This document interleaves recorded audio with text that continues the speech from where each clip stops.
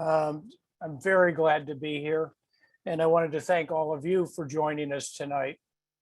It's my pleasure to introduce our guest, Desiree Kameka Galloway, who is the director of the Autism Housing Network for the Madison House Autism Foundation. She joins this fireside chat, key trends in IDD housing and how it's changed recently. Desiree is the director of the Autism Housing Network for the Madison House Autism Foundation and a recognized disability housing expert. Having visited over 100 residential opportunities and social enterprises throughout the whole country, she shares victories and learnings and allows us to better understand housing, community engagement, and service delivery options. Her passion is empowering the neurodiverse community to create a future that is exciting and life-changing. Her work is focused on researching housing models, advocating on issues of autism in adulthood, and counseling with existing and emerging residential projects. She has been cited in many, many media outlets, including The Atlantic, the Rolling Stone magazine, NPR, Psychology Today, and ABC News. She has spoken nationally and internationally at prestigious events, such as the UBS Global Autism Innovation Roundtable, Great Minds Coming Together on Autism, United Nations World Autism Awareness Day, and at the National Institute of Health. Welcome, Desiree. Thank you, Dana. I am so excited to be here and excited to just talk about what are some of the trends that we're seeing in the future of housing options for people with intellectual and developmental disabilities. Well, fantastic. I'm eager to get going as well. But first, just a couple of words on the format. It's question and answer. I get to ask the questions and Desiree gets to answer. And then once we wrap up, we'll have an open Q&A session. So let's get started, Desiree. Maybe kick things off. What are the housing options that are available to adults with disabilities? Well, individuals with intellectual and developmental disabilities can live in their own home and then choose a service provider to provide them with that daily support that they need. Now, the challenge with that, of course, is being able to afford housing because housing is so expensive. Some families are able to purchase a home for their loved one, or maybe you can access a housing choice voucher where you can live in an affordable housing community. But that is one option, is for you to live in your own home and then to choose your own service provider and the ways in which you want to access your services. The other option is that you can live in a provider's home, and that's sometimes called a provider-controlled setting. So that's like a group home or a host home. I was a host home provider, so a young man on the autism spectrum lived with my husband and myself, and we supported him, and he was part of our household for a few years until he decided he wanted to move into his own home. Now, I think it's really important that people understand the difference between the provider-controlled homes and one's own home, because housing can look many different ways. It could be a tiny home that's added to a family's property. It could be an apartment that's in a typical apartment building. It could be an apartment that's in a planned community. It could be a single family home that maybe you share with others. So housing can look lots of different ways, and it's important that in the future, we make sure that people have lots of choices so that you kind of, get the support that you need in the home that you want to live in the community that means most to you. Well, thank you. That was a great description of the landscape. Maybe you could talk a little bit more about, what's happening, throughout the country in this area. Well, it's no surprise, right? And I'm probably preaching to the choir that we have a really big issue with supply and demand. There's certainly not enough access to housing nor services for the population of people with neurodiversities. It really is at a crisis level as we're seeing parents age and difficulty finding housing and services within one's own community. Because what happens oftentimes is that an individual is having to be displaced or leave their local community in order to find a solution, a residential solution. But I don't just want to say that there's not enough. There's also, because there's not enough, a lot of innovation happening. It's really exciting to see how local communities are like, you know what? We know we don't have enough opportunities, and maybe the opportunities we have don't meet the needs of everybody. And so we're going to create new solutions. And that's where I come in. I try to help local communities not reinvent the wheel and kind of see what kind of options are available and what other people have done. We just recently released a report that's called A Place in the World. I don't know if you can see it. It's a free download on our website, but it has a lot of information, and it includes a housing market guide where you can actually see 12 different innovative properties from all across the country. So that could be a really good start when people are starting to look at, well, what is new and what is exciting and what is happening kind of in terms of future trends. I would say the other thing that is, when we're talking about very specifically individuals on the autism spectrum, we're starting to realize that almost as if individuals on each side of the spectrum are falling through the cracks. So for those who might be college educated, they're able to get through college, they do not have an intellectual disability, they're diagnosed on the autism spectrum, but they're unable to make a living wage, and therefore they can't afford housing. And sometimes that population cannot even access Medicaid services because they're not disabled enough. Therefore, that part of the population on the autism spectrum is falling into homelessness. They truly are at risk of homelessness.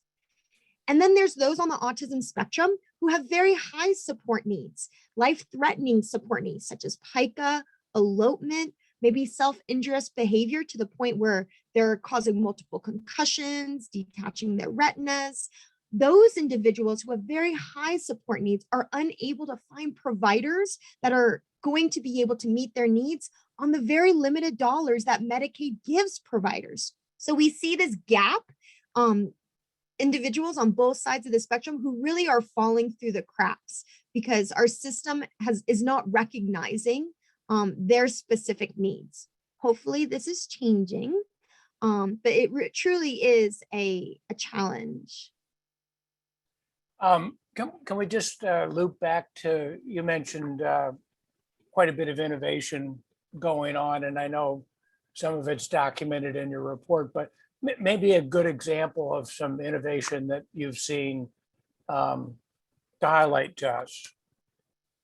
Yeah, so I would say one of the biggest things that's happening, and I think COVID really has launched this awareness of social isolation, and that there's a lot of families who are concerned about their loved one just living in an apartment, like a typical apartment building, or living in a single family home with just a few other people. They're really concerned about the social isolation. And so there certainly is a trend in terms of developing housing that's a planned community. So the housing is designed thinking about people with autism or other intellectual disabilities in mind. So maybe they use certain design elements that are also cognitively accessible, not just physically accessible, but they also include supportive amenities. So maybe they include things like life skills classes or planned activities, a community navigator to help people be able to access the community, a jobs coordinator to be able to find places of employment.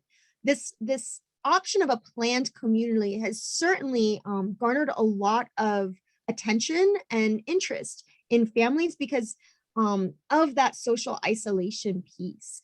And these communities are not always just people with disabilities. You know, there are many examples of communities, planned communities that have been developed with the population of people with IDD in mind, but are certainly including the neurotypical population as well. So I would say that's a really kind of exciting opportunity because what that has done is it's created interest in the affordable housing industry. You see, for a long time, people with disabilities couldn't access services in their own home.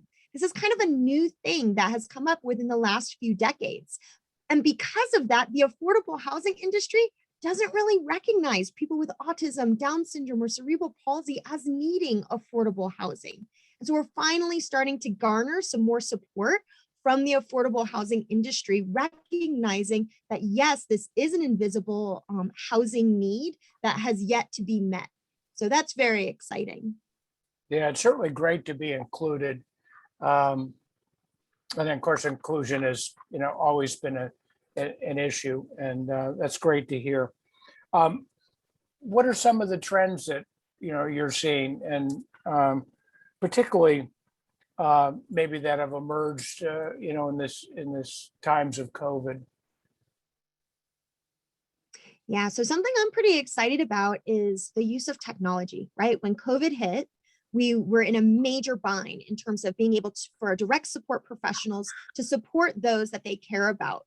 And that really forced reliance on virtual and remote opportunities. Now, some people on the autism spectrum actually became more engaged when given the opportunity for virtual programming, but there's a lot of people with IDD or who have autism where that was really, really difficult. And there's a lot of individuals in which their vulnerability, their compromised immunity actually made it very dangerous for them to be served by multiple service providers who are also serving others. We know that in our community, in the IDD community, that people with intellectual and developmental disabilities were disproportionately impacted, not just at getting COVID, but also passing away from COVID.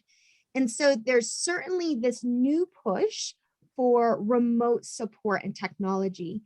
In the chat, I hope that those from LSA can put in a link. Tennessee is one of those states that's considering themselves a technology first state, where they're trying to figure out how are we able to give people more access to technology so that they don't have to have someone in their home with them at all times. Now, obviously, the dependency to the technology is really variant, and it really depends on the individual's support needs and their preferences.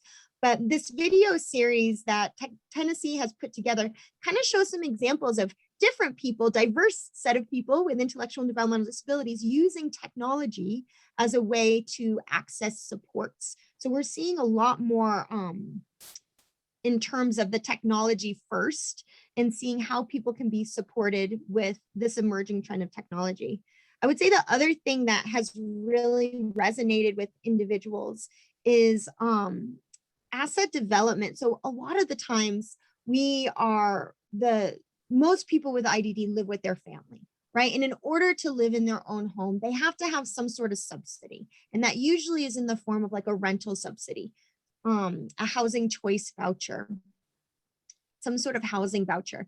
And what we are realizing is that why are we spending decades subsidizing the rent to a landlord when maybe we should be helping people own their own home, or helping families be able to bequeath their home, or helping families be able to invest in housing for their loved one? Because the reality is there's not enough affordable housing dollars for the neurotypical need, let alone individuals with disabilities. And that was really highlighted in one of our policy papers that's included in that A Place in the World report. There's some major shortcomings in terms of affordable housing dollars going towards people with IDD.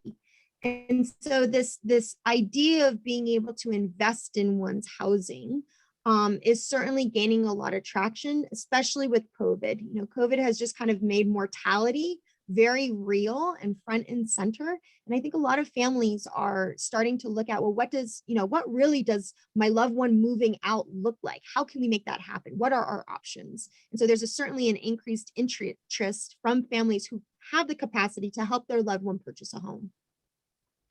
What about self-directed services? Is that an emerging trend? Yeah, definitely. Y'all in California are just kind of coming around the bend with self-direction, but self-direction has been around for a long time. And self-direction means that an individual is evaluated and then giving a budget based on what their support needs are. And then they have the opportunity to choose who they want their staff to be. And that can also be family members. And so that is different than if an agency is given the funding to be able to support someone, and an individual is relying on the agency to hire and fire and schedule the staff. Now, self-direction is a really great option for people who want a lot of control of who is going to be supporting them in the day-to-day, but it's also a huge commitment because you're responsible for setting up your staff, finding your staff, training your staff, scheduling your staff. And that just isn't going to work for all people, but it does offer a lot more flexibility for those who are interested in that type of thing. I guess this is a trend, and it's also something you spoke about, the use of technology, video technology. Can you talk a little bit more about, how COVID, has, impacted these trends and some cases maybe accelerated it? Yeah, I mean, certainly COVID has exposed how fragile our system is in terms of reliance on DSPs. For too long, direct support professionals, the people who are helping individuals with IDD live the lives they want to live, are underpaid. They're not necessarily given any sort of career development. And when COVID hit, we realized, oh my word, we have a huge reliance on women who are also caregivers to their own family, who, when a pandemic happens, can no longer go to work, right? Because of risk of exposure or because they have to stay home with their families. And so it really heightened the awareness of this caregiver crisis. Luckily, right now, there's a bill that has been introduced. It's called the Better Jobs, Better Care Act, and it is supposed to infuse a bunch of money into the direct support workforce and waiver services. So I think that maybe we can throw an action alert in the chat. If you haven't already heard of this, this is potentially a major influx of dollars to help bolster the workforce and give people more access to stable support services. I think another thing that's really important and that COVID has also heightened was families' awareness that they are not going to necessarily outlive their loved one. And I think it really kind of lit a fire under some people to think about, what does this mean?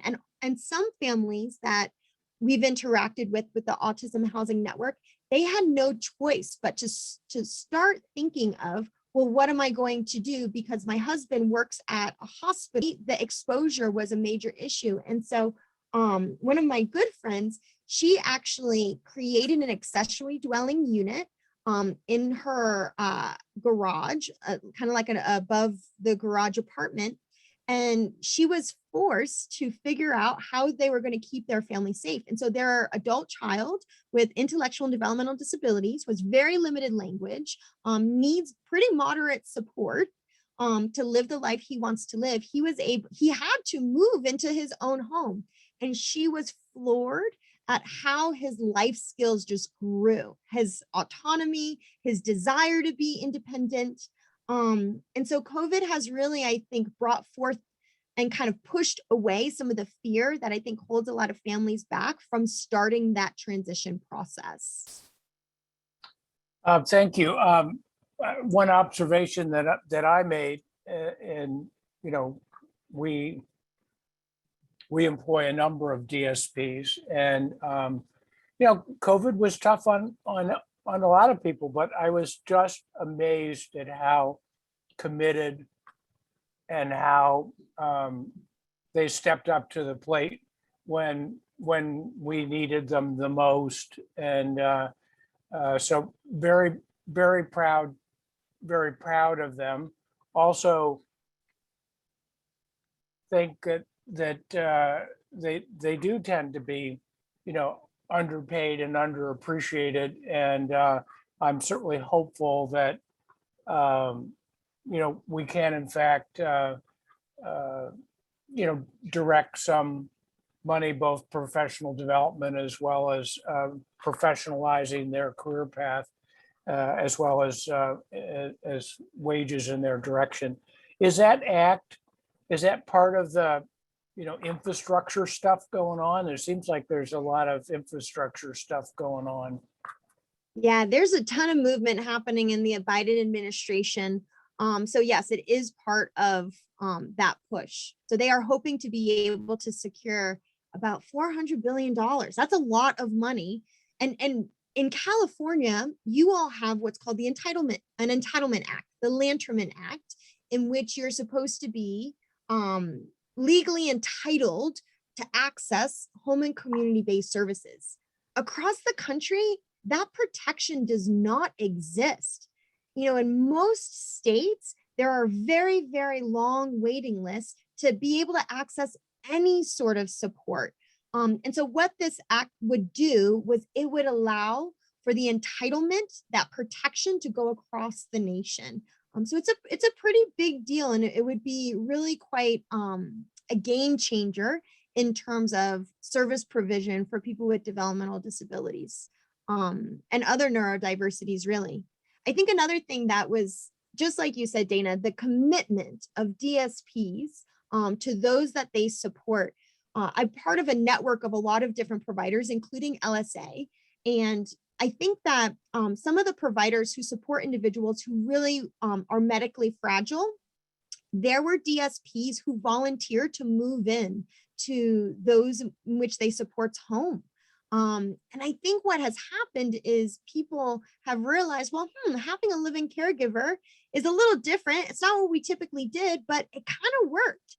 And so I'm hoping that, it kind of offers more opportunity for people to think about the diversity of ways in which they can access services. Because for some people, having a live-in caregiver would be great.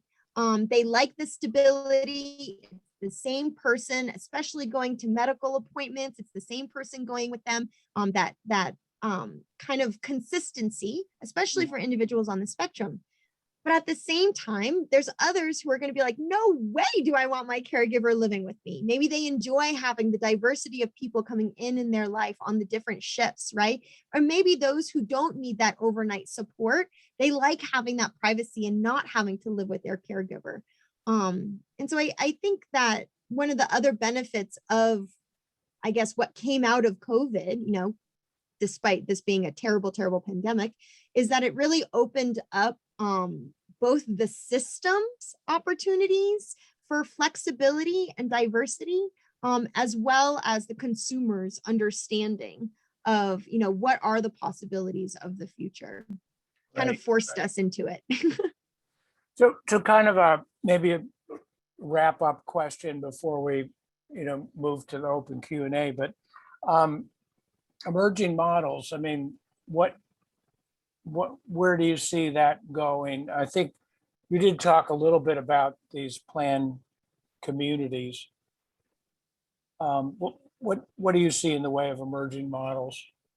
Yeah, that's certainly, I think, is kind of part of the evolution of residential options, is the emergence of these planned communities. So housing designed for people with intellectual and developmental disabilities, cognitively accessible, and not just in the apartment version, but also in the single family home version. There's a group out in Indiana called CAS Housing. And what they've done is they create almost like accessory dwelling units or duplexes where the individuals with IDD live in their own little studio apartment in their accessory dwelling unit, but also right next to them is a paid neighbor. So a neighbor that knows who they are, that's kind of that extra hand when transportation doesn't fall through, where the DSP doesn't show up, really a paid support person who's just next door, not necessarily living in someone's home, but really, really close, that intentional relationship. The other thing that I think is that we are realizing that there is a need, certainly, for memory care opportunities. So individuals with Down syndrome and other intellectual developmental disabilities, they are experiencing early onset dementia and Alzheimer's. They're living much longer than in the past. And it is unfair for us to just take them out of their community and their home and put them into a nursing facility that maybe focuses on memory care, but doesn't understand the needs of someone with an intellectual and developmental disability. And so we're starting to see a lot more talk on how are we going to start supporting the aging population of people with intellectual and developmental disability. But that is really, really important.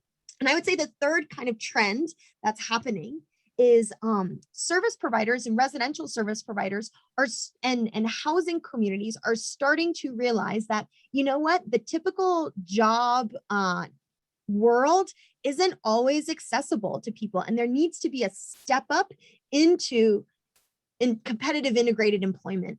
And so there's a lot of social enterprises that are being developed alongside with housing. So coffee shops or thrift stores, container gardening, just different types of social enterprises that really is catering to make sure that people with intellectual and developmental disabilities are getting that work experience, something they can put on a resume where they can make mistakes and not automatically be fired, where you can kind of pull back that support in a very safe environment that's going to want you to be successful in your job. And so we're seeing a lot more social enterprises being developed to give people more opportunity for employment.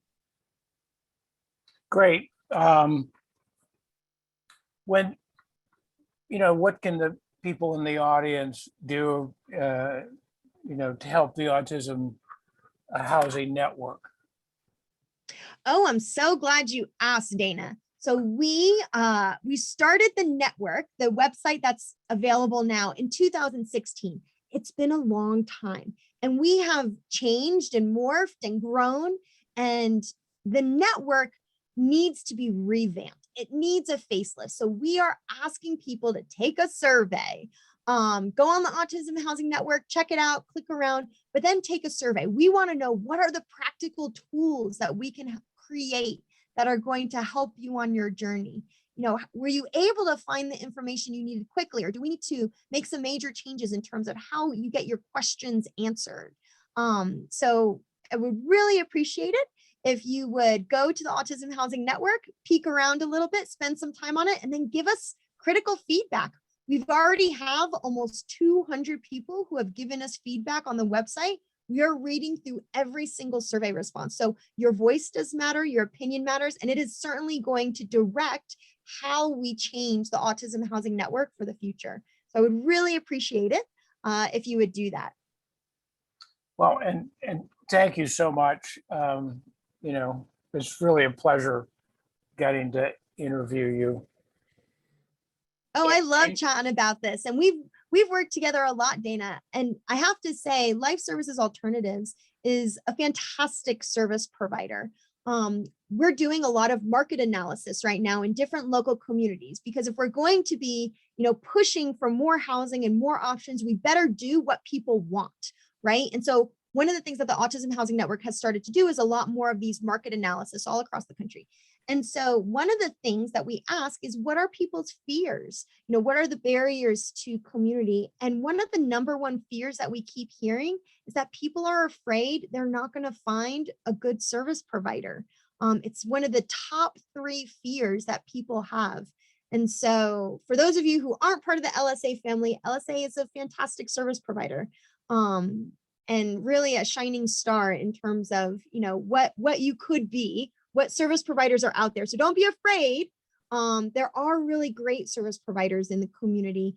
And if there aren't, then, we gotta make some changes. Yeah. And just identify that. That is what a wonderful seal to such a great series, and also what a great fireside chat. Thank you, Desiree, and thank you, Dana, for an amazing discussion. I'm excited now to turn the mic on to our audience and give them an opportunity to ask questions during our Q&A session. So I talked about it earlier. Just below you, there's a panel where you can click the Q&A button. Looks like 2 speech bubbles. And you click that, and you should be able to ask as many questions as you like. Both, you can do it anonymously, or you can do it from your name, which you entered into this webinar from, but we want to hear from you. So open up that control panel and start typing your questions in the Q&A, and you can ask Desiree and Dana anything, especially in regards to this chat that we just listened to tonight. And I'll just give people a couple moments to put some questions in the chat.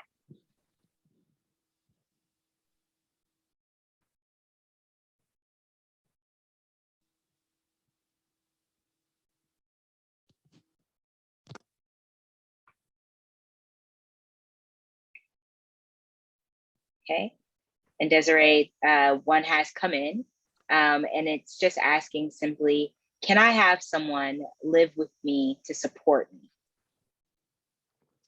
Yes, and depending on what state you live in, will change how you get the funding to pay for that person. So in some states, they will pay a daily reimbursement. In other states, you might use self-direction to pay for that person. In some states, if you have identified a friend that you would like to move in with, maybe you both have some personal care hours that you can combine to hire someone to come and live with you. The other option is for those who aren't on a waiver, if you can provide some very clear boundaries, but maybe your roommate doesn't necessarily get paid by Medicaid. You can pay privately. Maybe you dock rent so that person lives there rent free if they're able to commit this many hours a week to support an individual who also they share their home with. So there's different ways in which you can have someone to support you and live with you. It's really figuring out how are you going to pay that person to make it happen. And every state kind of has their own ways in which that can be done. Yeah, that's awesome. We have a couple more who are coming in now. I'm going to read this one. It says, is there help out there to help us buy a home? So I know that Desiree, you can answer this question. I'm also going to give just a little room for Dana to give his experience as well afterwards. So go ahead, Desiree. Great, yeah.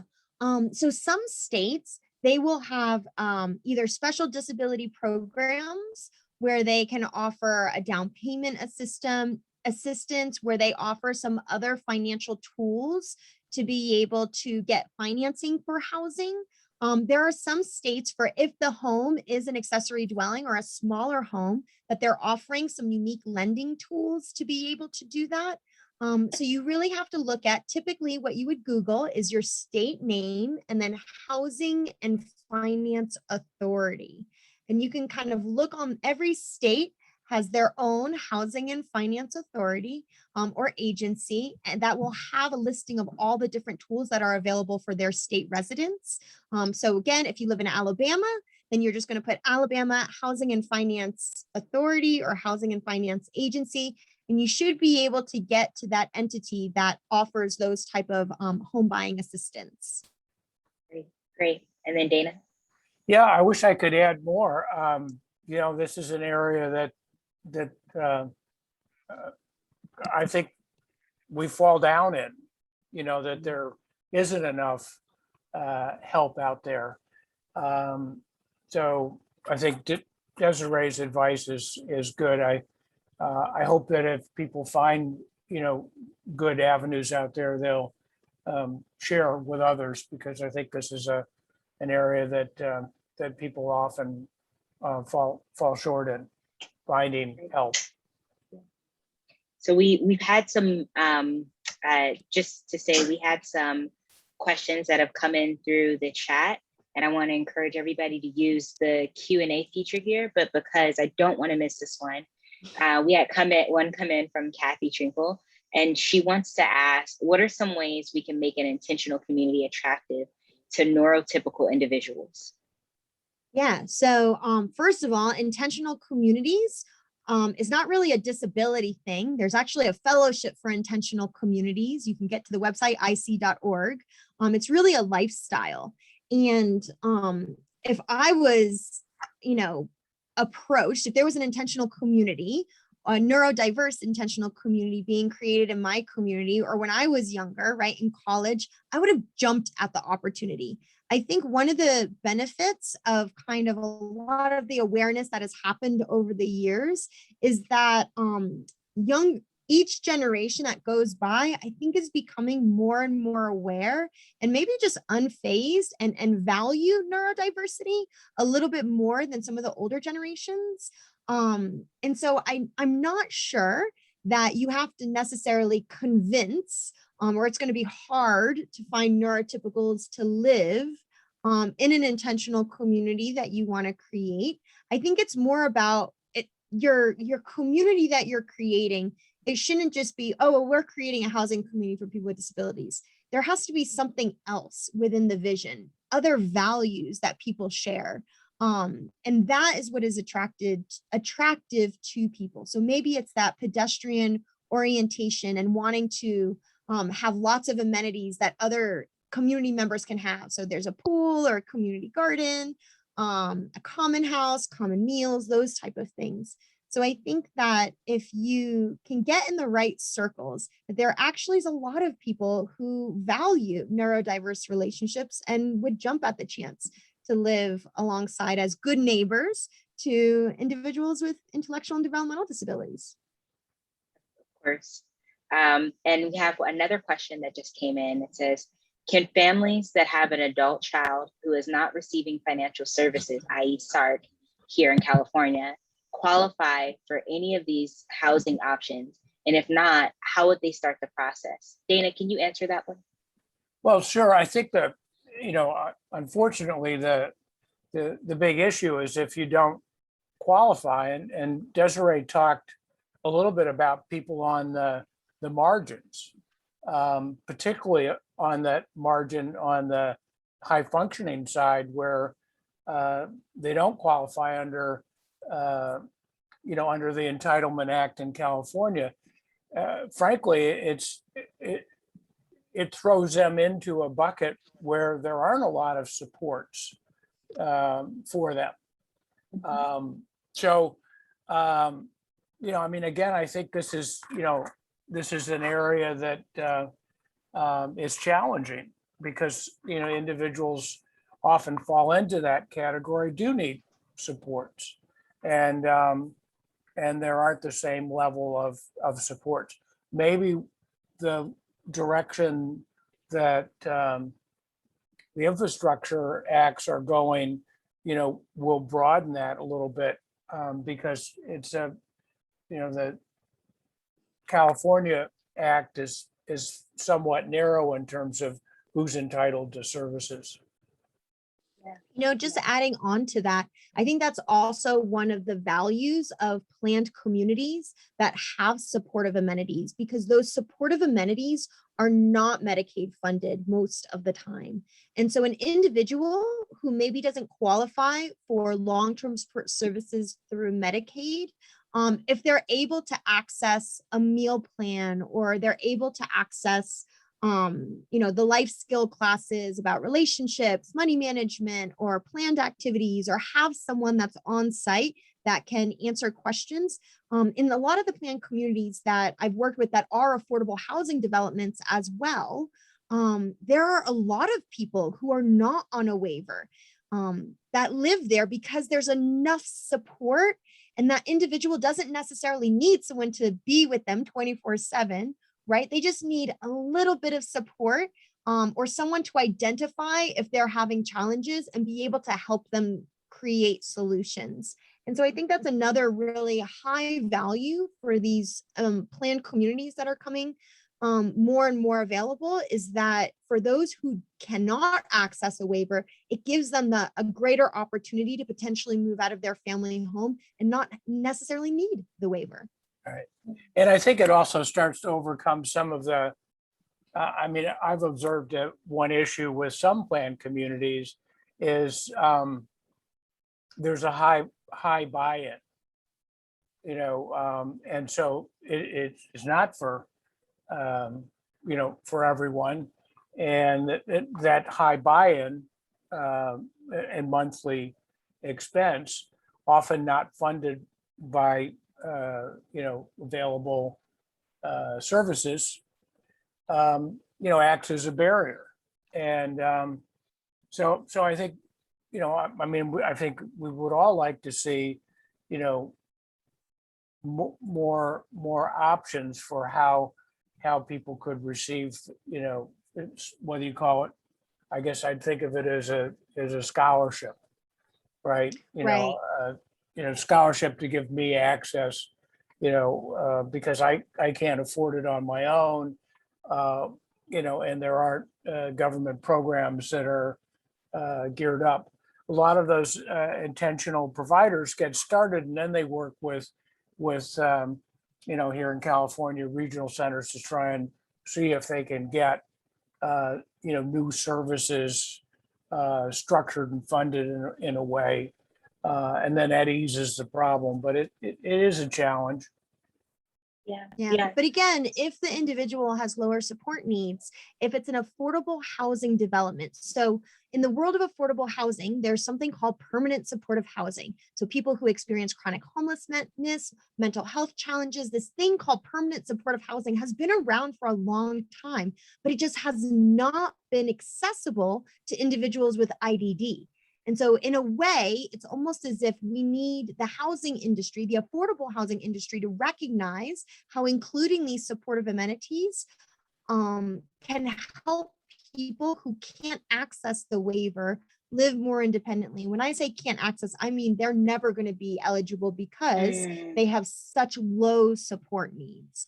Very, very interesting. We have to move on here for sake of time, and because we have so many questions that have come into the chat. But I want to again encourage you. We'll be dropping some links at the end of this chat for everyone to see both how you can stay in contact and keep the conversation going with us on our social media channels, and also to contact us here at LSA, as well as the Autism Housing Network. And we'll have that for you in just a moment. The next question is coming from someone who is anonymous, but they're saying it's so frustrating that families are essentially penalized for when our loved ones stay in the family home. Like you said, there isn't enough affordable housing out there, especially in this geographical area. Yet our loved ones receive less money if they stay at home. Could you please expand on what you mentioned are pushes for changing this? And I love that question. Man, and that question is extremely state dependent. So in some states, individuals who do live in their family home do have very large budgets. So I would say it's very state dependent in terms of the budget that somebody can access for services. And then again, in terms of accessing the housing side, because remember, housing and services are not always connected, right? There's the consumer controlled model and there's the provider controlled model. And I think it's important to remember that, that your state has an enormous amount of flexibility in terms of what they can offer people, whether they live in their family home or they live outside of their family home, which is why advocacy is so important. So whenever you get those annoying emails that's like, call your senator, call your legislator, like really actually do it. Yes. Because advocacy does change things and it is absolutely important. So again, if you haven't called, especially if you're in the states, here, let me get my list.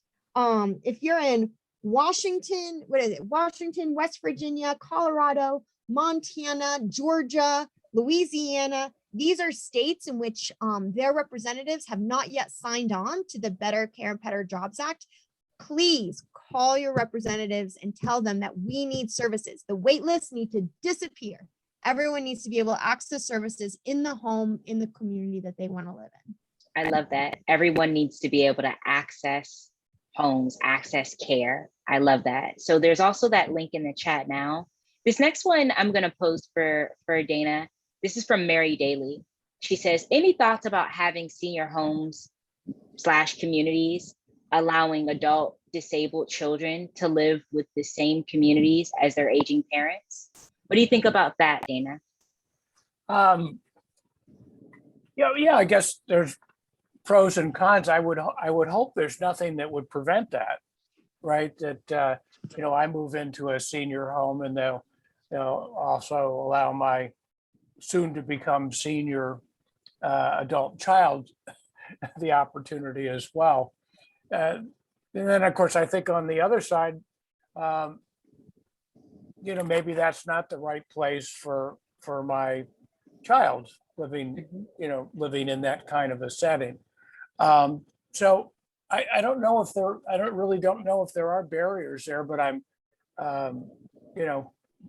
would be interested to find out what they are. And maybe it comes back to to funding and, the flexibility of the system for the individual who would live in that environment to continue to be able to have access to those funds that they had when they were living in the family home or in some other setting. Maybe self-direction, would be something that would help in a case like that. I don't know. So if you want an example of a community, a senior affordable housing community that intentionally includes individuals on the autism spectrum, you can look up 29 Palms in Phoenix, Arizona. The Foundation for Senior Living in Phoenix, Arizona has recognized that by integrating individuals on the autism spectrum with their senior affordable housing opportunities has really enhanced the lives of both individuals, right? You have a built-in system of grandparents, and you have grandparents who feel invigorated by these young people coming to them and asking them questions about dating and job issues and yada yada yada. So that is actually starting to happen. What a beautiful, beautiful thought, actually, and I just love that idea. Okay, so then let's move on. Let's ask. Someone asked, and they say, I know perspectives, even in government, can change, as they already did, sort of, for intentional communities, and how SSI is handled in relation to those, following up on prior comment in question that was asked earlier. So they just wanted to say, I guess, that their perspectives have changed in government.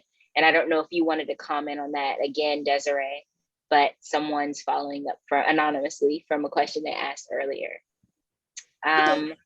Yeah, so there's definitely a little bit of stigma in terms of whenever more than a few people live with disabilities live in the same community. That stigma certainly existed. We had a major challenge in 2014 with regulations that did stigmatize that type of housing choice. CMS has since then said, back up, you're right. We need to be thinking about people's choice. We need to be thinking about outcomes, that was not right for us to include that type of parameter and stigma towards the different settings. So yes, that certainly has changed in terms of regulations. And I'm not quite sure what the challenge is with SSI. I think you might be thinking about Medicaid. SSI and SSDI are the cash reimbursements that are directed to the individual, federal program. And there was never really an issue with how you use those, as long as you're using them for ways in which you need to be using them. And yeah, we'll just leave it at that. Yeah. So one of the final two questions we have is, in starting to look for a community for a loved one, what would be the first essential contact email sites? So I think it is very, very important for you to understand the options. And to the extent possible, of course, for your loved one to understand the options too. The Autism Housing Network does have a little education button that has some first couple steps for how to explore housing. We also just released a blog during COVID about some of the practical ways in which you can start planning for that transition. And then we also just recorded a bunch of videos. Because of COVID, we had to do one of our market analysis virtually. And so if you go to Inclusive Housing Denver, we've pre-recorded a few videos that talks about the benefits and considerations of different residential options. And so that can kind of give you a jump start in terms of a video on what are some of the pros and cons that you should be thinking of when you're thinking of residential options. And that's available both in plain language as well as English and with Spanish translation. I love it. I love it. I would also Go ahead, ask, Dana.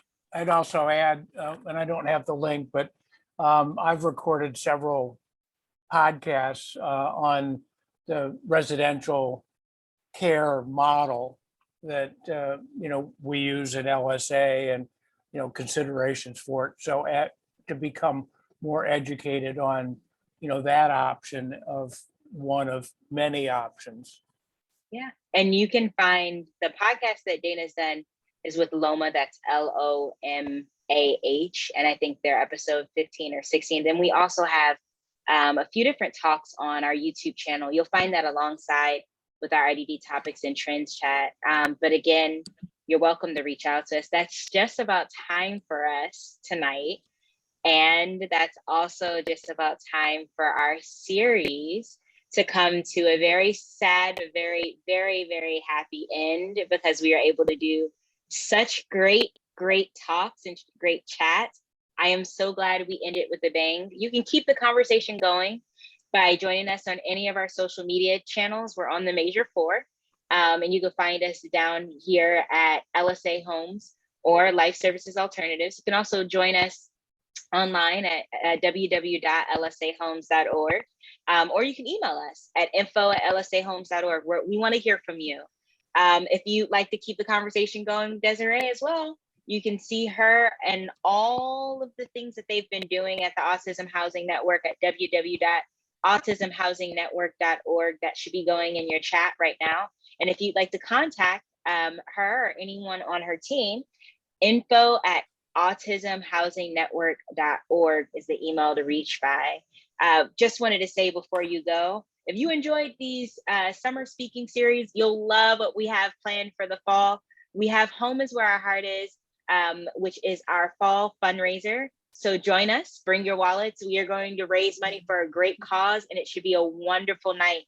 We have a guest speaker, Paulette Pinsvalto, who's also an opera singer who works at Google and happens to have autism, and she'll be joining us as our keynote speaker. We'll also be joined by a very, very good performance from a Santa Clara chorale. And then we'll have the New Hope Band, which is a IDD and inclusive band that'll be all serenading us surrounding the topic of housing in Silicon Valley and specifically in Santa Clara County and services from LSA. So join us for that event. That's September 30th. We're looking forward to having you with us. Thank you so much. If you joined us for every one of these series, all 5 speaker series this entire summer, we just want to thank you so much from the bottom of our heart for joining us. Thank you, Desiree. Thank you, Dana.